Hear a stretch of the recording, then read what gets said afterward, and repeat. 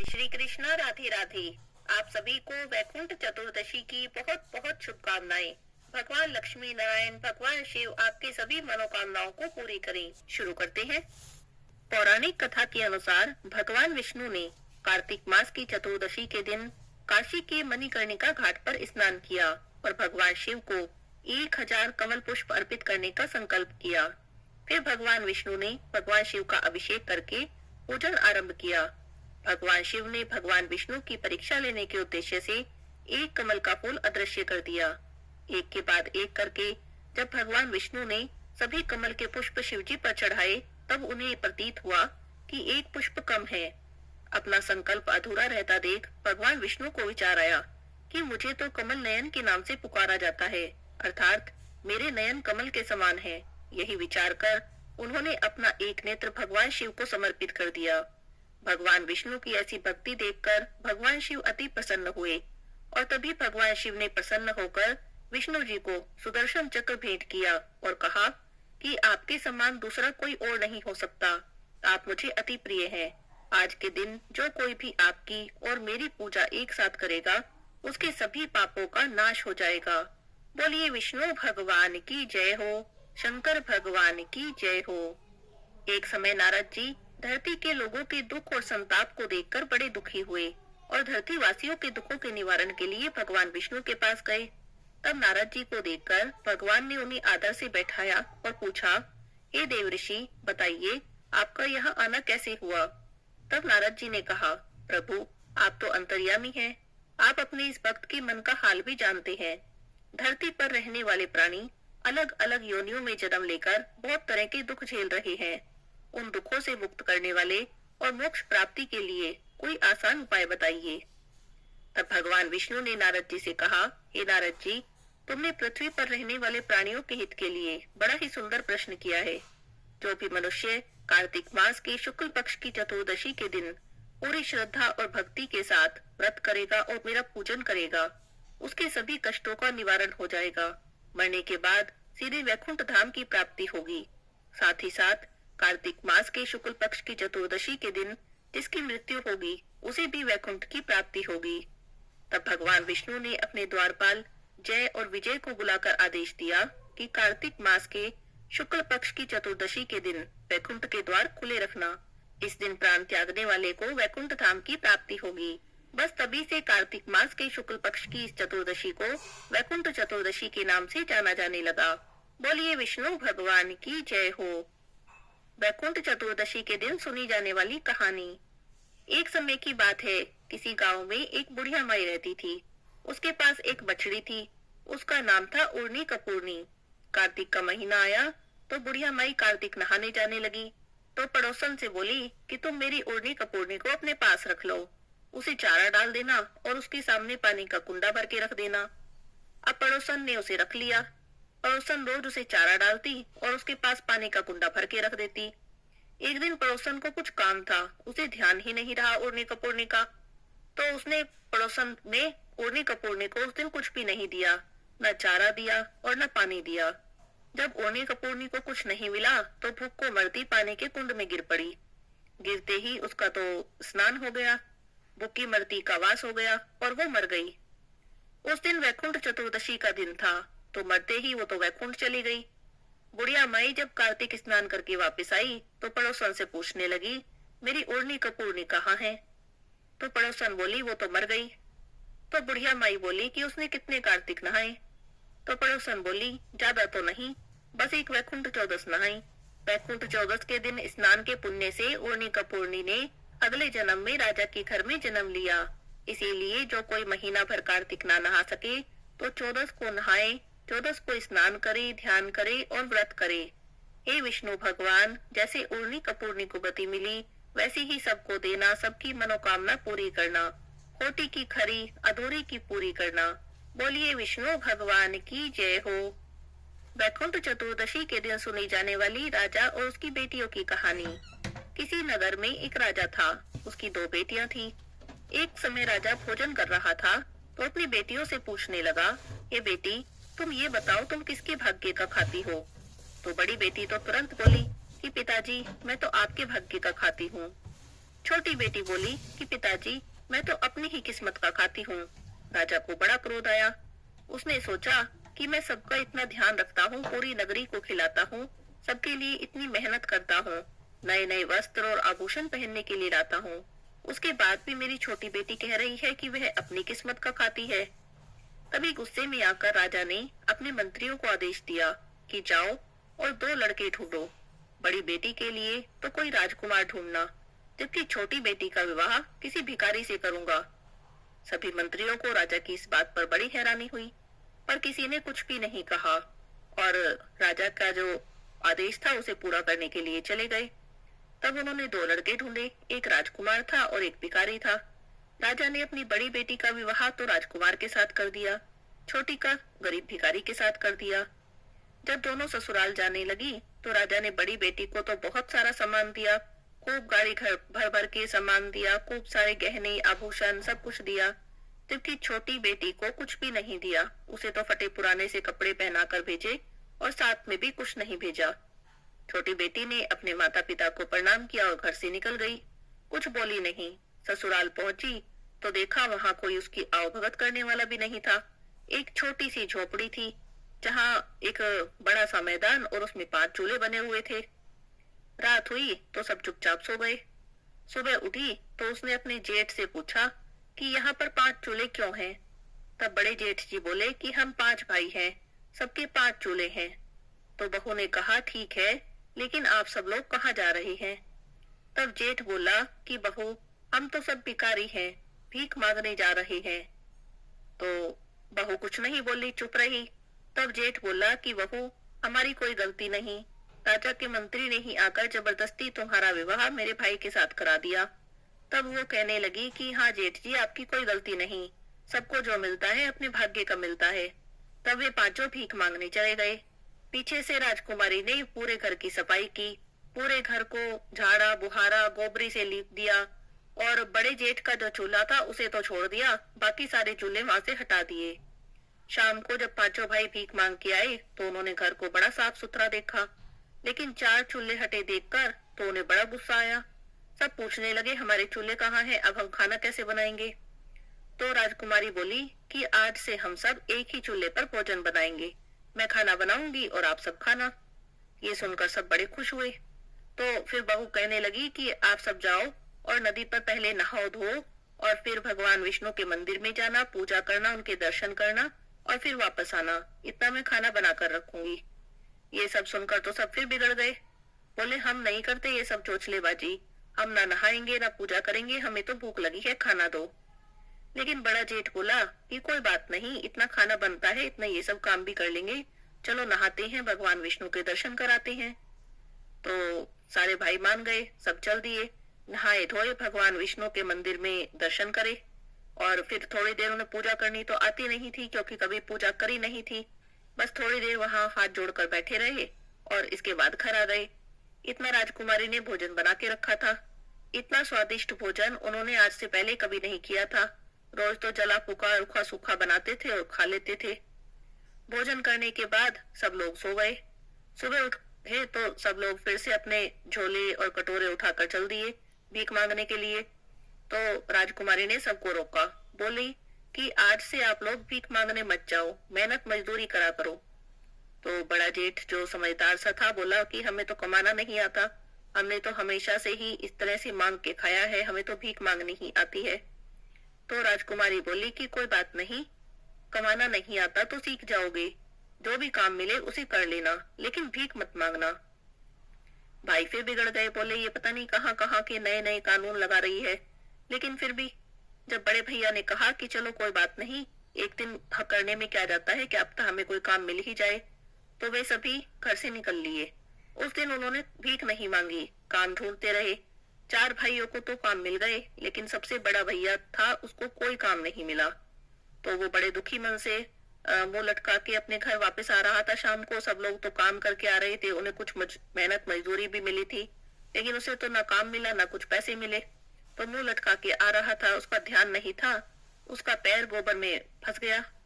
तो गोबर में फंसा पैर मतलब गोबर में सना पैर लेकर अपने घर आया तो बोला कि बहू मैं अंदर नहीं आता, मेरा पैर तो सारा गंदा हो गया है गोबर में। तो बहू बोली, कोई बात नहीं, आप दहलीज से अपना पैर पूछ लो और फिर घर के अंदर आ जाओ। तो उसने दहलीज से जो पैर पूछा तो वहां पर गोबर की लिपाई हो गई। तो सब घर के अंदर आ गए। सबने अपनी मेहनत मजदूरी की जो कमाई थी, जो भी लाए थे, वो सब राजकुमारी को संभाल दी। उस दिन सबको बड़ा अच्छा लगा, क्योंकि उस दिन उन्होंने भीख नहीं मांगी थी। भीख मांगना तो उन्हें भी अच्छा नहीं लगता था। भीख मांगते थे तो उनकी बेइज्जती होती थी, सब लोग उन्हें धुतकारते थे। लेकिन आज जो उन्होंने मेहनत मजदूरी की तो उन्हें बड़ा अच्छा लगा। लेकिन जो बड़े वाले जेठ थे वो बोले कि बहू, मुझे तो कोई काम नहीं मिला, मैं तो खाली आया हूँ। तो राजकुमारी बोली, कोई बात नहीं, आपको काम नहीं मिला तो कोई बात नहीं, कल देखना, कल हो सकता है आपको काम मिल जाए। तो फिर बोली कि चलो मैं खाना बना दूं, इतना आप नहा धो लो और मंदिर में दर्शन कर आओ। तो अगले पहले दिन की तरह वे सब नहाने गए और उन्होंने भगवान विष्णु के दर्शन किए। थोड़ी देर हाथ जोड़कर बैठे रहे। उसके बाद घर आए तो इतना राजकुमारी ने खाना बना रखा था। खाना खा के सो गए। अगले दिन फिर कमाने गए। अगले दिन भी 4 भाइयों को तो काम मिला, लेकिन बड़े भाई को कोई काम नहीं मिला। वो फिर दुखी उदास हो गया। सोचने लगा कि आज भी जाऊंगा और ये कहूंगा कि मुझे कोई काम नहीं मिला, मैं कुछ नहीं लाया, तो अच्छा नहीं लगेगा। जब मुंह लटका के वापस आ रहा था तो रास्ते में देखा एक मरा हुआ सर्प पड़ा था। उसने सोचा, खाली हाथ नहीं जाऊंगा, चाहे मरा हुआ सर्प ही ले जाऊंगा। उसने सर्प उठा लिया और उसे लेकर वह घर पहुंच गया। जब सब घर आए तो वे सब राजकुमारी को जो जो कमा के लाए थे वो देने लगे। तो जब बड़े भाई की बारी आई तो बोला, बहू, मुझे तो कुछ काम नहीं मिला था, इसीलिए मुझे तो कोई मेहनत मजदूरी नहीं मिली, लेकिन मैं खाली हाथ नहीं आया। रास्ते में मुझे एक ये मरा हुआ सर्प मिला था, मैं इसी को ले आया हूँ। तो राजकुमारी को देखकर थोड़ी सी हैरानी भी हुई कि मरा हुआ सर्प लाए, लेकिन फिर भी बोली, कोई बात नहीं, अब जो भी लाए हैं ठीक है, इसे झोपड़ी के ऊपर फेंक दो। तो उसने जो है सर्प को झोपड़ी के ऊपर फेंक दिया। इस तरह से कमाते खाते उनके दिन निकलने लगे। घर में अनधन होने लगा, क्योंकि मेहनत मजदूरी कर रहे थे। तो एक दिन की बात है, उस नगर के राजा की रानी जब नदी में नहाने गई तो उसने अपने जो गहने उतार के रखे वहां, तो उसका कीमती हार चील लेकर उड़ गई। सारे दरबारी, पहरेदार, चौकीदार सब पीछे पीछे भागे हार लेने के लिए, लेकिन चील का पीछा कैसे करते, सब बेकार। चील उड़ती उड़ती उन 5 भाइयों की झोपड़ी के ऊपर से उड़ी। उसने वहां से देखा मरा हुआ सर्प पड़ा है। अब उसे तो लालच आ गया। उसने हार तो वहीं रख दिया और सर्प लेकर उड़ गई। तब नगर में राजा ने झिंडोरा पिटवा दिया कि रानी का बेशकीमती हार चील लेकर उड़ गई है, जो कोई भी उसे लाएगा उसे मुंह मांगा इनाम मिलेगा। शाम को 5 भाई जब कमा खा के आए तो दूर से ही बड़े जेठ की नजर झोंपड़ी पे गई कि कुछ चमक रहा है। उसने जाके देखा तो वहां तो बड़ा हार पड़ा था। तो वो हार लेकर नीचे आया, राजकुमारी को दिखाया। तो राजकुमारी तो पहचान गई, ये तो रानी का हार है। तो बोली कि ये तो रानी का हार है, इसे जाकर राजा को दे दो। अब बड़ा जेठ राजा के पास गया हार लेकर। उसने हार राजा को दिया। राजा तो हार देखकर बहुत खुश हुए और बोले कि तुम्हें जो भी चाहिए मुझसे मांग लो, मैं तुम्हें सब देने को तैयार हूँ। तो जेठ बोला कि राजा जी, मुझे तो मांगना नहीं आता, अगर आपकी आज्ञा हो तो मैं अपने भाई की पत्नी से पूछकर बता दूंगा। तो राजा बोला, कोई बात नहीं, तुम घर जाओ और कल बता देना। जेठ घर आ गया। घर आने के बाद उसने राजकुमारी को पूरी बात बताई कि राजा कहते हैं कुछ मांग, जो मांगेगा दूंगा। तो राजकुमारी बोली कि राजा के महल में जाना और कहना कि मुझे कुछ और तो कुछ नहीं चाहिए, बस वैकुंठ चौदस के दिन नगर में कोई भी अपने घर में दीप न जलावे, यहाँ तक कि महल में भी कोई दीप न जले। बस मेरी यही इच्छा है, आप इसे पूरी कर दो और मुझे कुछ नहीं चाहिए। जेठ राजा के पास गया। उसने राजा से कहा कि राजा जी, मुझे तो कोई इनाम नहीं चाहिए, बस वैकुंठ चौदस के दिन कोई भी नगर में अपने घर में दीप न जलावे, यहाँ तक कि राजमहल में भी कोई दीप न जले, पूरी नगरी में अंधेरा रहे, बस मैं इतनी ही मांग करता हूँ आपसे। तो राजा सुन के थोड़ा हैरान तो हुआ कि मांग भी रहा है तो क्या, फिर भी बोला, कोई बात नहीं, तुम्हारी यही इच्छा है तो मैं पूरी कर दूंगा। एक दिन की ही तो बात है, नगर में कोई दीपक नहीं जलाएगा, महल में दीपक नहीं जलेंगे। राजा ने पूरी नगरी में ढिंडोरा पिटवा दिया कि वैकुंठ चौदस के दिन कोई भी अपने घर में दीप नहीं जलाएगा, अंधेरा रखेंगे सब लोग। तो राजा की आज्ञा तो कौन टाल सकता था। वैकुंठ चौदस के दिन किसी ने अपने घर में दीपक नहीं जलाया, राजमहल में भी दीपक नहीं जले, जबकि 5 भाई की झोपड़ी खूब जगमग हो रही थी। राजकुमारी ने सब तरफ दीपक जलाए थे, कहीं भी अंधेरा नहीं छोड़ा था। विष्णु भगवान की, लक्ष्मी जी की पूजा की पूरी तैयारी की थी। एक चौकी बिछा के थाल सजा के बैठी थी। स्वर्गलोक से माता लक्ष्मी उतरी, मृत्यु लोक में आई तो चारों तरफ ढूंढने लगी, देखने लगी, घूमने लगी तो देखा सब जगह अंधेरा ही अंधेरा था। बस एक झोपड़ी थी जो जगमग कर रही थी। माता लक्ष्मी झोपड़ी पर आई और दरवाजा खड़खड़ाने लगी। तो अंदर से राजकुमारी ने पूछा, कौन है? तो माता लक्ष्मी बोली कि मैं इस घर की बेटी हूँ। तो राजकुमारी बोली कि नहीं जी, मैं दरवाजा नहीं खोल सकती, हमारे घर में आपके लिए कोई जगह नहीं, हमारे पास तो खुद को खाने को नहीं है, आपको कहाँ से खिलाएंगे। थोड़ी देर बाद माता लक्ष्मी ने फिर दरवाजा बोला, खड़खड़ाया। तो राजकुमारी बोली, कौन है? तो माता लक्ष्मी बोली कि मैं इस घर की बहू हूँ। फिर भी राजकुमारी ने दरवाजा नहीं खोला। तीसरी बार जब माता लक्ष्मी ने फिर से दरवाजा खड़खड़ाया तो राजकुमारी बोली कि कौन है? तो माता लक्ष्मी बोली कि मैं इस घर की बहू हूँ और यही रहूंगी 7 पीढ़ी तक। बस इतना सुनना था कि राजकुमारी ने दरवाजा खोल दिया। जैसे ही माता लक्ष्मी झोपड़ी के अंदर गई तो वो झोपड़ी तो सुंदर महल बन गया। अब राजकुमारी बोली माता लक्ष्मी से कि आओ बैठो। तो माता लक्ष्मी बोली कि ना, मैं तो ना बैठती, मैं तो पैसे वाले के, अमीर सेठ के भी कभी ना बैठी। तो राजकुमारी बोली, नहीं, बैठना तो पड़ेगा। और इतना कहकर उसने माता लक्ष्मी का हाथ पकड़ा और चौकी पर बिठा दिया। चौकी पर बैठते ही माता लक्ष्मी के ने तो साक्षात दर्शन दे दिए। तब राजकुमारी ने लक्ष्मी जी की खूब पूजा की, आरती की, उन्हें भोग लगाया। लक्ष्मी जी की कृपा से उनका सारा घर धन धान्य से भर गया। चारों तरफ अन्न धन के ढेर लग गए। सुबह जब सब सोकर उठे तो देख के हैरान हो गए। उनकी जो छोटी सी झोपड़ी थी वो तो बड़ा महल था, उसमें नौकर चाकर घूम रहे थे, खूब धन दौलत हो रही थी। सब तरफ उनकी मतलब वो वाहवाही होने लगी कि बड़े पैसे वाले लोग हैं, ये है वो है। तो अब पांचों भाई खूब कारोबार करने लगे क्योंकि अमीर हो गए थे। खूब उनका बढ़िया कारोबार चल गया। घर में नौकर चाकर, हाथी घोड़े सब हो गए। उधर राजकुमारी की बड़ी बहन जिसका ब्याह एक राजकुमार के साथ हुआ था, उनके कारोबार में घाटा होने लगा। इतना घाटा हो गया कि खाने के भी लाले पड़ गए, खाने को भी कुछ ना रहा। तो उसकी सास ने उसे घर से निकाल दिया। बोली कि तुम्हारे आते ही हमारा तो घर बर्बाद हो गया। अब बड़ी बेटी रोती पीटती अपने पिताजी के पास पहुंची, राजा जी के पास पहुंची। तो अपनी प्यारी बेटी की ऐसी हालत देखकर राजा जी बड़े दुखी हुए। तब राजा ने अपनी बेटी से सारा हाल पूछा तो उसने अपना सारा हाल कह दिया। तो राजा सोचने लगा कि मैंने बड़ी बेटी का ब्याह तो राजकुमार के साथ किया था, तब जाके उसकी ये हालत है। छोटी का तो भिखारी के साथ किया था, उसकी क्या हालत होगी, पता नहीं जिंदा भी होगी नहीं। तब एक दिन राजा अपनी छोटी बेटी का हाल जानने के लिए उसके गांव में चला। भेष बदल रखा था, एक व्यापारी का भेष बना लिया और भेष बदल के सामान बेचने के लिए गांव गांव में गली गली में आवाज लगाने लगा। जोर जोर से आवाज लगा घूम रहा था। करते करते उसी गली में पहुंच गया जहां उसकी बेटी का महल था। तब उसने वहां आवाज लगाई तो बेटी ने अपने पिता की आवाज पहचान ली। झरोखे से झांक कर देखा तो देख के समझ गई ये तो मेरे ही पिताजी हैं। तो उसने नौकरों से कहा कि बाहर जाओ और जो व्यापारी सामान बेच रहा है उसे ले आओ, और वो जो भी बेच रहा है मुंह मांगे दामों में खरीद लेना। उसे अंदर आदर के साथ लाओ और उन्हें भोजन कराओ। तब नौकरों ने ऐसा ही किया। बहुत अच्छी कीमत पर उसका सारा सामान उन्होंने खरीद लिया। फिर उसे अंदर लाए और लाकर बैठा दिया। उसके बाद वे राजा को भोजन कराने लगे। राजा की जो बेटी थी घूंघट निकाल के अपने पिताजी को भोजन करा रही थी। राजा ने उसे पहचाना नहीं क्योंकि घूंघट में थी। उसके बाद जब राजा ने भोजन कर लिया तो उसके बाद पानी लेकर आई तो अब की बार वो वही फटे पुराने कपड़े पहन कर आई जिसमें उसकी विदाई हुई थी। जब वो फटे पुराने कपड़े पहन कर आई तो बोली कि लो पिताजी पानी पी लो। तो राजा उसे देखकर हैरान, तो कहने लगा कि तो इस घर की नौकरानी है क्या? तो राजकुमारी बोली कि नहीं पिताजी, ये महल, ये ठाट बाट, ये नौकर चाकर, ये धन दौलत सब मेरे भाग्य से है, ये तो सब मेरे ही है। तो राजा बोला कि तूने तो यही कपड़े पहन रखे हैं जिसमें तुझे विदा करके भेजा था, ये फटे पुराने कपड़े। तो वो राजकुमारी कहने लगी कि पिताजी ये तो मैं आपको दिखाने के लिए पहन कर आई हूँ।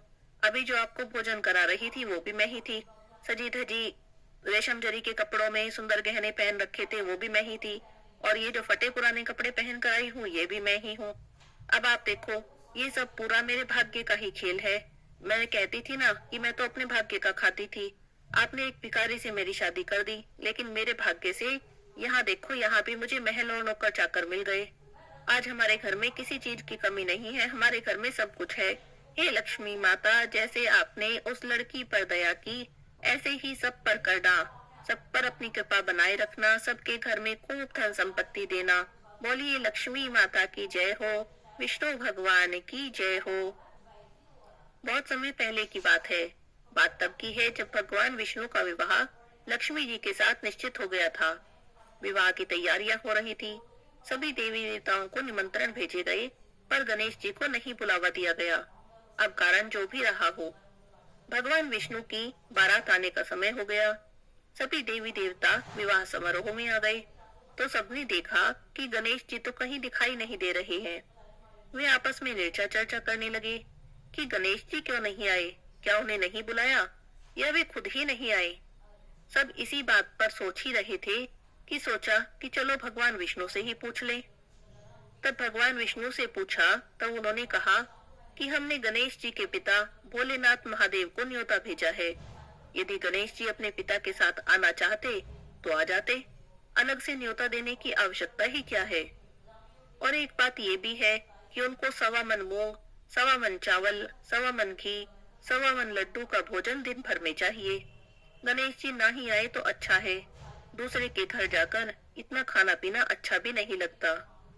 अभी इतनी बातचीत कर ही रहे थे कि किसी ने सुझाव दिया, यदि किसी कारण से गणेश जी आ भी गए तब उन्हें द्वारपाल बनाकर यहीं बैठा देंगे कि घर की देखभाल करना। आप चूहे पर बैठकर धीरे धीरे चलोगे, बारात से वैसे भी पीछे रह जाओगे। ये सुझाव भी सबको बहुत पसंद आ गया। भगवान विष्णु ने भी अपनी सहमति दे दी। अब होना क्या था, इतनी देर में ही गणेश जी वहां आ गए।